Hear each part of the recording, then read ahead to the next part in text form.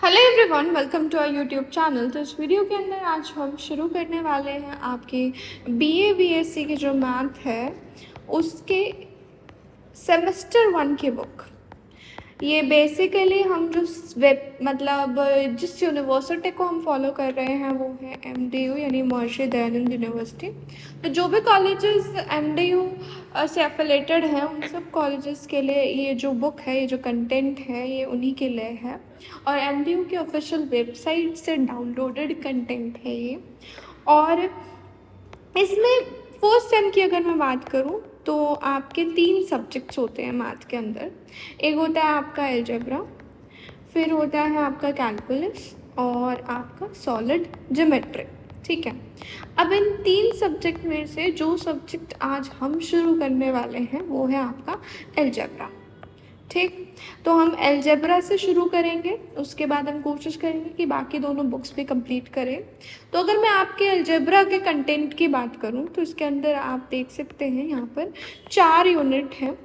4 unit में आपकी सबसे पहली है मैट्रिसेस। ठीक है, तो मैट्रिसेस होगी आपके 42 पेजेस की। फिर सिस्टम ऑफ लीनियर इक्वेशंस आपको 43 से 52, देन इक्वेशन एंड पॉलिनोमियल 53 से 74 और solution of cubic and by quadratic equation 75 से 86। आपको वैसे इसकी पीडीएफ एमडीयू की ऑफिशियल वेबसाइट से मिल जाएगी और फिर भी अगर आप चाहते हैं मैं आपको इसकी पीडीएफ प्रोवाइड करूं तो आप कमेंट सेक्शन में बोल सकते हैं, मैं आपको टेलीग्राम पर इसका लिंक प्रोवाइड कर दूंगी। क्लियर? तो आज हम शुरू करते हैं हमारी फर्स्ट यूनिट से विच इज़ मैट्रिसेस। और देखिए हम मैट्रिसेस में क्या क्या पढ़ने वाले हैं वो मैं आपको बता देती हूँ। सबसे पहले हम इंट्रोडक्शन पढ़ेंगे। इंट्रोडक्शन में हमारा बेसिक मैट्रिक्स होता क्या है, कितने टाइप के मैट्रिक्स होते हैं और जो भी आपने 12th स्टैंडर्ड में मैट्रिक्स के बारे में पढ़ा वो आपका इंट्रोडक्शन में आ जाएगा। ठीक है, फिर इसमें आपका क्या है मैट्रिक्स जीरो मैट्रिक्स क्या होता है, square matrix, row matrix, column matrix, diagonal, scalar, unit, triangular, submatrix, ये सब चीज़ें जो है ना ये सब आपने क्लास 12th में पढ़ ली होंगी। ठीक है, ये एक तरह से हम यहाँ पर रिवाइज करने वाले हैं। कुछ ऐसी नई चीज़ें भी होंगी जो आपने 12th में नहीं पढ़ी और आप यहाँ पर पढ़ने वाले हैं। जैसे आप ट्रांसपोज भी 12th में पढ़ चुके हैं। ठीक है, ट्रांसपोज कॉन्जुगेट कईयों ने पढ़ लिया होगा, कईयों ने नहीं। एडजॉइंट आप पढ़ चुके हैं, है ना। इन्वर्स आप पढ़ चुके हैं, सिंगुलर नॉन सिंगुलर भी आप पढ़ चुके हैं। ठीक है, सिस्टम ऑफ लीनियर इक्वेशन को सॉल्व करना भी आप पढ़ चुके हैं, सिमेट्रिक स्क्यू सिमेट्रिक भी पढ़ चुके हैं। हर्मिशन मैट्रिक्स आपके लिए नया होगा, स्क्यू हर्मिशन भी आपके लिए नया होगा। ठीक है, फिर एलिमेंट्री रो मैट्रिक्स से रैंक निकालना, ये भी टॉपिक आपके लिए बिल्कुल नया होगा। ठीक, तो इसमें हमारे ये कुछ 15 टॉपिक हैं जो कि हम मैट्रिक्स टॉपिक के अंदर पढ़ने वाले हैं। तो हम शुरुआत करेंगे अपने किससे, रिव्यू ऑफ मैट्रिक्स से, यानी जो कुछ भी हमने 12th में पढ़ लिया उसको थोड़ा सा रिवाइज कर देते हैं। देखिए मैट्रिक्स है क्या। देखो मैं अगर मैट्रिक्स की बात करूँ तो मैट्रिक्स आप लोग कंप्यूटर्स में यूज़ करते हैं। कंप्यूटर में आपने देखा होगा एक्सेल शीट्स जब हम बनाते हैं तो उसमें क्या होता है, आपके पास रोज एंड कॉलम्स होते हैं जिनमें आप डाटा एंट्री करते हैं। ठीक है, तो वो data entry is in terms of row and column. तो एक एरे है, एक अरेंजमेंट है सिर्फ डाटा का रो एंड कॉलम के फॉर्मेट में और कुछ भी नहीं है हमारा मैट्रिक्स। तो समझते हैं मैट्रिक्स क्या है। मैट्रिक्स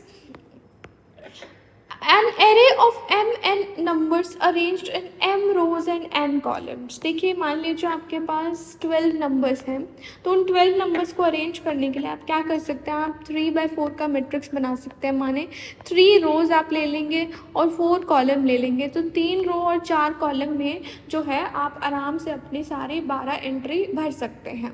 ठीक है, तो देखिए रो आपकी होती है इस तरीके की, जो हॉरिजॉन्टल होती है वो आपकी रोज होती है। मैं आपको यहाँ पे बता देती हूँ, ये आपकी रोज है जो हॉरिजॉन्टली है। ठीक है, और अगर मैं बात करूँ कॉलम्स की तो कॉलम आपके होते हैं जो मैंने ब्लैक से बनाए, दैट इज़ वर्टिकल। ठीक है, तो यहाँ पे आपके 4 कॉलम और 3 रोज आपको दिखाई दे रही है, तो हम यहाँ पे अपनी एंट्री फिल कर सकते हैं। कोई भी एंट्रीज आपकी हो सकती हैं। लेट सपोज मैंने यहाँ पर एंट्री में फिल कर दिया ABCD EFGH फिर IJKL, तो ये मेरी 12 एंट्री मैंने फिल करी। किस तरह से फिल करी, 3 रो है इसमें और 4 कॉलम हैं। तो इस मैट्रिक्स के ऑर्डर को हम इस तरह लिखते हैं 3/4। तो यहाँ पे इसने यही बताया है कि भाई एक एरे है mn नंबर का, जो कि m रोज़ और n कॉलम्स में हमने अरेंज किया हुआ है। ठीक है, अब देखिए, अगर मैं आपकी इस ए जो एलिमेंट मैंने यहाँ पे ए डाला है इसकी पोजीशन पूछूं, तो इसकी पोजीशन बहुत आसानी से हम बता सकते हैं। देखिए, ये रो नंबर मैं यहाँ पे दे देती हूँ और यहाँ पे मैं कॉलम नंबर दे देती हूँ। ठीक है, तो जो ये ए एलिमेंट है इसकी पोजीशन क्या है, इसकी पोजीशन है फर्स्ट रो फर्स्ट कॉलम, जैसे लिखते हैं A11। ऐसे ही अगर मैं बी एलिमेंट की बात करूं तो देखिए, जो बी एलिमेंट है हमारा, वो बी एलिमेंट फर्स्ट रो के सेकंड कॉलम के अंदर आ रहा है। तो आप ऐसे बोल सकते हैं फर्स्ट रो के सेकंड कॉलम में, राइट। तो फर्स्ट रो सेकंड कॉलम यानी A12 आपका किसके बराबर है, बी के बराबर। ठीक है, आप इस तरह पोजीशन बताते हैं। तो अभी अब मैं आपसे पूछूं कि भाई जी की पोजीशन क्या होगी, तो प्लीज़ कमेंट सेक्शन में बताइए कि जी की पोजीशन आपकी क्या होगी, अगर आपको पोजीशन देना समझ में आ गया है। ठीक है, तो देखिए यहाँ पर हमें जो मैट्रिक्स रिप्रेजेंट किया गया है ये mn ऑर्डर का है, इस तरह सबकी पोजीशन बनाई गई है यहाँ पर, है ना। यहाँ पे जैसे इसने ये बताया, तो ये रिप्रेजेंट करता है कि ये जो एलिमेंट है ये फर्स्ट रो और nth कॉलम में आ रहा है। ठीक है, मतलब रो नंबर तो इसका फर्स्ट है और कॉलम नंबर इसका nth कॉलम है।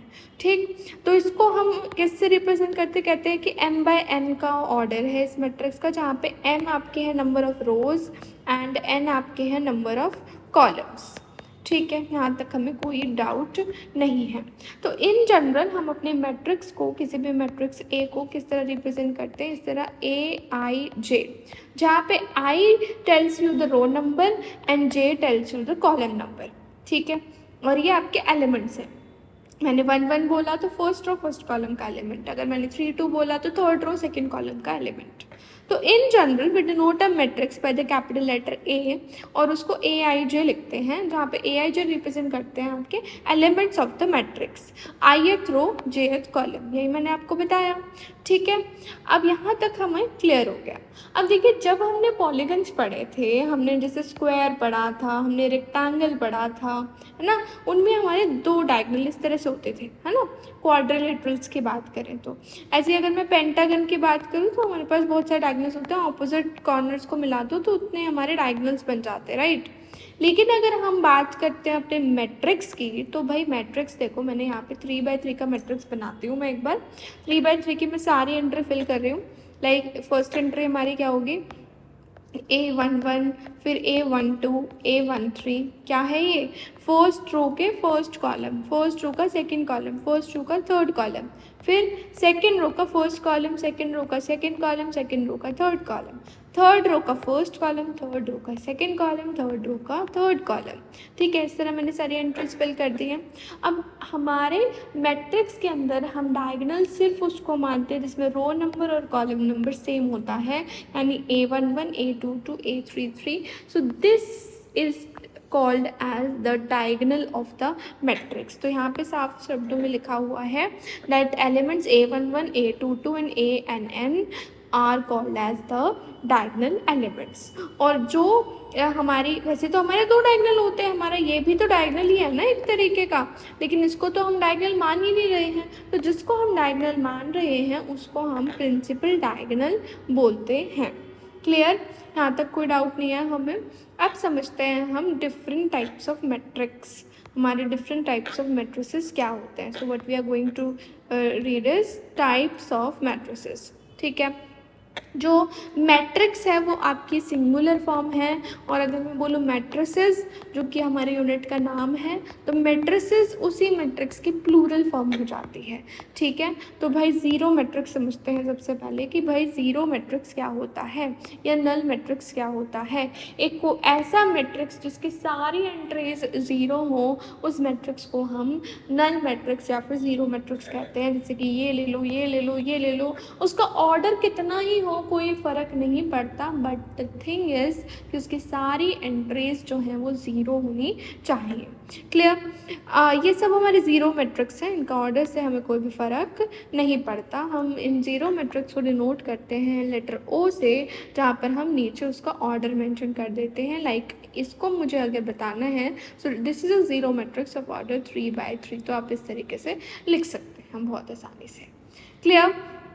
आगे बात करते हैं स्क्वायर मैट्रिक्स की। देखो आपको स्क्वायर का मतलब पता ही है भाई, स्क्वायर ऐसा होता है जिसकी सारी साइड्स इक्वल होती हैं। तो भाई स्क्वायर मैट्रिक्स हमारा ऐसा होता है जिसके नंबर ऑफ रो और नंबर ऑफ कॉलम बराबर होते हैं। तो आप कोई 2x2 का मैट्रिक्स उठा लो, 3x3 का उठा लो या 4x4 का उठा लो, जिसमें नंबर ऑफ रो और नंबर ऑफ कॉलम दोनों ही बराबर हो, that type of matrix is called as the square matrix.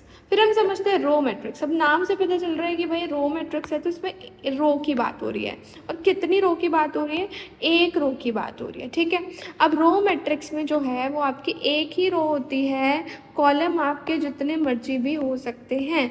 तो आप इस मैट्रिक्स को कैसे रिप्रेजेंट करते हैं? इस तरह से, जिसकी एक ही रो हो उसमें आप जो भी एलिमेंट चाहें वो डाल लें। समझ रहे हैं आप? तो इसका ऑर्डर क्या हो जाएगा? इसका ऑर्डर जाएगा 1/4। तो इसी तरह अगर मैं इन जनरल रो मैट्रिक्स का ऑर्डर आपसे पूछूं तो भाई वो क्या होगा? इट विल बी 1/n, जहाँ पे 1 रिप्रेजेंट द नंबर ऑफ रोज क्योंकि एक ही रो है, and n represent the number of columns, तो जितने भी कॉलम्स होंगे। सिमिलरली अगर मैं आपके कॉलम मैट्रिक्स की बात करूँ तो क्योंकि ये कॉलम है तो इसका एक ही कॉलम होता है और आपके रोज जितनी चाहें उतनी हो सकती हैं। तो यहाँ पे आप एलिमेंट्स को अरेंज कर सकते हैं, ठीक है। तो इसका ऑर्डर क्या बन जाएगा? इसका ऑर्डर बन जाएगा 3/1, क्योंकि यहाँ 3 रोज और एक कॉलम है। तो इन जनरल हम बोले तो आपके रोज चेंज हो सकती है बट कॉलम फिक्स है। एट मीन्स n/1 ऑर्डर होता है आपका किसका? आपके कॉलम मैट्रिक्स का। यहाँ तक हमें कोई भी डाउट नहीं है। फिर भी है कोई doubt, then you are free to comment in comment section, ठीक है। और हाँ, प्लीज़ वीडियो को लाइक भी कीजिए, सब्सक्राइब भी कीजिए, ताकि आने वाले टाइम में आपको वीडियोस की नोटिफिकेशन भी साथ साथ मिलती रहे। आगे बात करते हैं डायगोनल मैट्रिक्स की। देखो डायगोनल अभी हमने पढ़ा वो होता है जिसका रो नंबर और कॉलम नंबर सेम होता है, उसी को हम प्रिंसिपल डायगोनल बोलते हैं, राइट।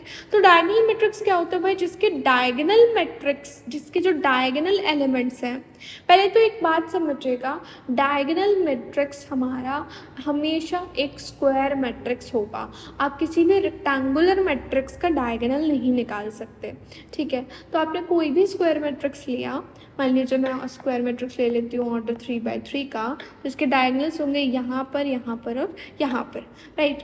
तो भाई डायगोनल एलिमेंट से हमें कोई लेना देना नहीं है, but if you talk about the non diagonal elements, तो सारे के सारे नॉन डायगोनल एलिमेंट्स इसके ज़ीरो होने चाहिए।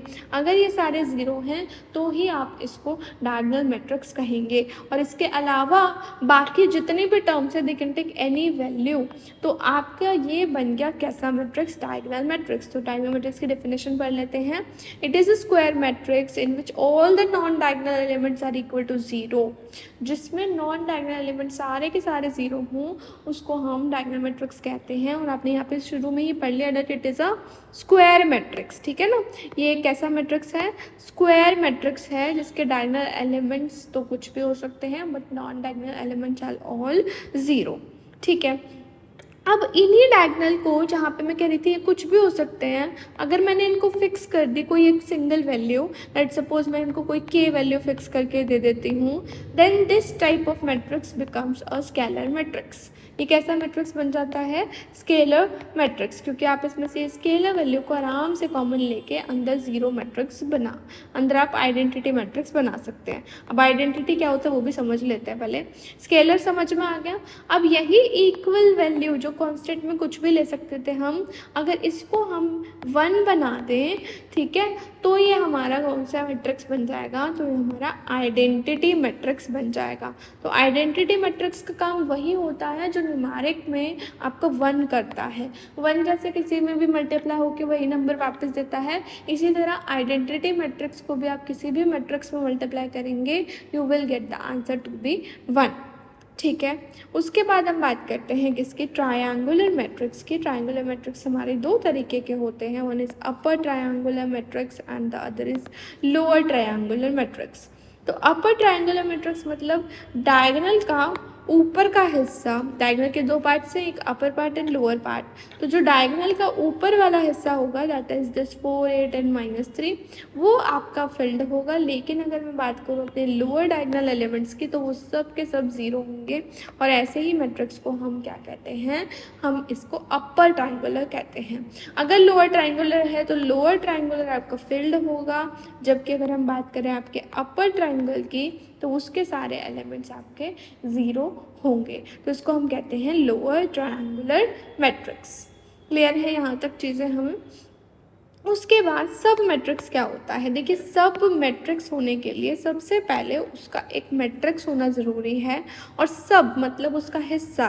मतलब अगर आप कोई भी मैट्रिक्स ए लेते हैं और उसके एलिमेंट्स को यूज़ करके कोई एक नया मैट्रिक्स बनाते हैं, तो ऐसे मैट्रिक्स को हम सब मैट्रिक्स कहते हैं, जो कि उसका एक हिस्सा है, उसका एक पार्ट है। क्लियर? आगे बढ़ते हैं, ट्रांसपोज ऑफ मैट्रिक्स, और फिर हम पढ़ेंगे कॉन्जुगेट ऑफ मैट्रिक्स, और उसके बाद ट्रांसपोज कॉन्जुगेट। ठीक है, यहाँ तक आज हम पढ़ेंगे। उसके बाद एडजॉइंट से हम नेक्स्ट लेक्चर में पढ़ेंगे। तो सबसे पहले समझते हैं ट्रांसपोज ऑफ अ मैट्रिक्स क्या होता है। देखिए, बहुत ही आसान है ट्रांसपोज निकालना किसी भी मैट्रिक्स का। उसके लिए करना क्या होता है, आपके पास अगर कोई भी मैट्रिक्स है, लेट्स सपोज आपके पास मैट्रिक्स है 3 1 2 4 6 5 7 3 1। ठीक है, अगर आप इसकी रो को बना दो कॉलम और कॉलम को बना दो रो, सभी रो को बना दो कॉलम, तो ये बन गया 3 1 2 4 6 5 एंड 7 3 1। तो इस मैट्रिक्स को हम किसी ए मैट्रिक्स का ट्रांसपोज कह देते हैं। क्लियर? तो ट्रांसपोज को डेफिनेशन समझ लेते हैं, that if a matrix A is of type m by n, तो matrix obtain by interchanging the row and column is called as A transpose, जिसको आप ए डैश और ए ट्रांसपोज इस तरह से दोनों तरीके से डिनोट कर सकते हैं। क्लियर है यहाँ तक हमें चीज़ें? अब देखिए, अगर आप किसी भी मैट्रिक्स का ट्रांसपोज किया आपने, जैसे यहाँ पर हमने इस ए मैट्रिक्स का ट्रांसपोज किया था, अब आप फिर से इसका ट्रांसपोज अगर करते हैं, यानी ए ट्रांसपोज का ट्रांसपोज, तो आप देखेंगे कि आपको वापस से आपका ए मैट्रिक्स मिल जाएगा। क्लियर? अब इसकी कुछ प्रॉपर्टी होती है कि भाई ए ट्रांसपोज का ट्रांसपोज वापस ए होता है, ए प्लस बी का अगर होल ट्रांसपोज करो तो वो A transpose plus B transpose होता है। अगर आपके पास कोई के कांस्टेंट है जो कि ए में मल्टीप्लाई हो रहा है और आप उसका ट्रांसपोज निकालना चाहते हो, तो भाई के तो एक एलिमेंट है, स्केलर क्वांटिटी है, तो इसका तो कोई ट्रांसपोज नहीं होना, तो आप बस ए का ट्रांसपोज करेंगे और आप उसके अंदर के मल्टीप्लाई कर देंगे। ठीक है, यहाँ तक हमें कोई डाउट नहीं है। फिर हमारे पास एक प्रॉपर्टी ये भी होती है दैट ए इंटू बी, अगर कोई मैट्रिक्स है और उसका ट्रांसपोज आपको निकालना है, then it will be B transpose into A transpose. Clear? Next पढ़ते हैं कॉन्जुगेट ऑफ अ मैट्रिक्स क्या होता है। देखिए, किसी भी मैट्रिक्स के अंदर अगर आपके कॉम्प्लेक्स नंबर्स आ रहे हैं, लेट्स सपोज यहाँ पे आपका 1 प्लस आउट आ रहा है या 2 प्लस 3 आउट आ रहा है, तो एक ऐसा मैट्रिक्स बनाना जिसके सभी एलिमेंट्स जो हैं वो इसके करस्पॉन्डिंग एलिमेंट्स के कॉन्जुगेट हों, उस मैट्रिक्स को हम ए मैट्रिक्स का कॉन्जुगेट कहेंगे। इसकी डेफिनेशन पढ़ लेते हैं एक बार, समझिएगा। That a matrix, if a matrix of order n by n over complex number system, then the matrix obtained from A by replacing each of its element by the corresponding complex conjugate, अगर आप हर element को उनके conjugate से replace कर देते हैं तो जो मैट्रिक्स हमको मिलता है, that matrix is called as the conjugate matrix. आप किसी कॉन्जुगेट का वापस कॉन्जुगेट कर दो तो आपको ए मैट्रिक्स वापस मिल जाता है। इसी तरह अगर दो मैट्रिक्स के सम का कॉन्जुगेट करना है तो वो अलग अलग दोनों कॉन्जुगेट होके ऐड हो जाते हैं। सेम तरीके से अगर हम स्केलर की बात करें तो स्केलर भी यहाँ पर आपका कॉन्जुगेट में जा सकता है। तो इस पूरे का ट्रांसपोज मतलब के का भी ट्रांसपोज कॉन्जुगेट और ए का भी कॉन्जुगेट। क्लियर? यहाँ तक हमें चीज़ें समझ में आ गई हैं, है ना? और फिर ये हमारा रिपीटेड लिखा हुआ है, इसको देखने की ज़रूरत नहीं है। तो लास्ट प्रॉपर्टी है वो ये है कि ए इंटू बी का जो ट्रांसपोज होता है वो A transpose into B transpose होता है। कॉन्जुगेट ए का और बी का कॉन्जुगेट हम पूरे का निकालना चाहें तो ए का कॉन्जुगेट इंटू बी का कॉन्जुगेट। जैसे ट्रांसपोज में क्या होता था, आपका ये बी ट्रांसपोज ए ट्रांसपोज हो जाता था, but in case of conjugate ऐसा नहीं होता। क्लियर? अब ट्रांसपोज कॉन्जुगेट क्या होता है कि मतलब आपने ट्रांसपोज भी किया और आपने कॉन्जुगेट भी कर दिया। तो ट्रांसपोज ऑफ द कॉन्जुगेट और conjugate of the transpose is called transpose conjugate. या तो आप पहले ट्रांसपोज कर दो फिर उसका कॉन्जुगेट निकालो, या पहले कॉन्जुगेट निकाल दो और फिर उसका ट्रांसपोज कर दो। दोनों ही केसेस में आपका आंसर जो है वो सेम आएगा और उसको हम ट्रांसपोज कॉन्जुगेट बोलते हैं और उसको ए की पावर थीटा से रिप्रेजेंट करते हैं। ठीक है, अब ए की पावर थीटा का मतलब क्या है, या तो आप कॉन्जुगेट का ट्रांसपोज करें या ट्रांसपोज का कॉन्जुगेट कर दें। क्लियर है। आप ये करने के बाद वापस उसका ट्रांसपोज कॉन्जुगेट निकालोगे तो वही का वही मैट्रिक्स वापस आएगा। और अगर आप दो का सम है और उसका ट्रांसपोज कॉन्जुगेट करना चाहते हो तो अलग अलग ट्रांसपोज कॉन्जुगेट होके एड अप हो जाएंगे। फिर नेक्स्ट है आपका, जिसमें आपके पास क्या है, k इंटू ए की पावर थीटा। अब ये थीटा मतलब क्या है, यहाँ पर ट्रांसपोज कॉन्जुगेट, तो आपने k का भी ट्रांसपोज कॉन्जुगेट करना है ना, और आपने a का भी ट्रांसपोज कॉन्जुगेट करना है। तो देखिए k एक स्केलर था, उसका ट्रांसपोज तो होता नहीं, तो सिर्फ कॉन्जुगेट होगा, है ना। और जो दूसरा यहाँ पे मैंने a ले रखा है, एक तो k था और एक a था, इस a का भी आपको क्या करना है, ट्रांसपोज कॉन्जुगेट करना है। क्लियर। ऐसे अगर ट्रांसपोज कॉन्जुगेट मैं पूरे होल की बात करूँ तो वो क्या होगा, B transpose conjugate into A transpose conjugate. तो ये हमारी कुछ प्रॉपर्टीज़ थी और कुछ बेसिक इन्फॉर्मेशन थी अबाउट मैट्रिसेस, जो कि हम ऑलरेडी 12th क्लास में पढ़ चुके हैं। आगे के भी कुछ टॉपिक्स हम 12th में पढ़ चुके हैं, बट हम फिर भी हर एक टॉपिक को करेंगे और कुछ भी बिना छोड़े हम यहाँ पर चलेंगे। तो अगले वीडियो के अंदर, अगले लेक्चर के अंदर हम समझेंगे कि एडजॉइंट किस तरह से हम किसी स्क्वायर मैट्रिक्स का निकाल सकते हैं और इन्वर्स कैसे निकाल सकते हैं। क्लियर। तो इसी के साथ ये वीडियो यहीं पर हम खत्म करते हैं। अगले वीडियो में मिलेंगे अगले टॉपिक के साथ। तब तक के लिए अगर आपको वीडियो पसंद आती है then do like the video, subscribe to the channel and also share the video with the friends, और क्योंकि ये आपको भी बेनिफिट देगी वीडियो और आपके फ्रेंड्स को भी। तो मिलेंगे नेक्स्ट वीडियो में, तब तक के लिए बाय बाय, टेक केयर।